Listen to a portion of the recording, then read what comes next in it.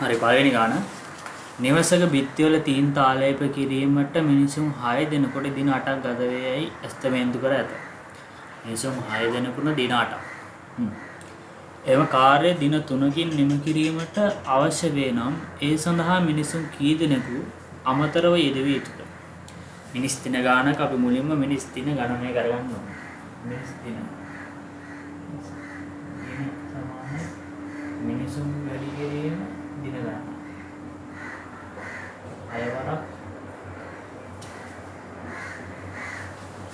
8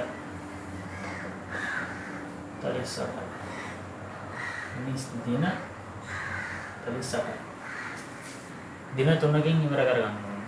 අපි ආයෙ මේක ලියනවා. දින සමාන මිනිසුන් ගණන වැඩි කිරීම දින 38යි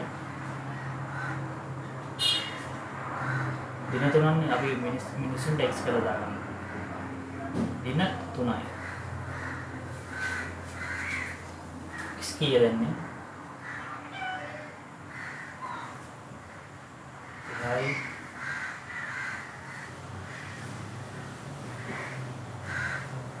16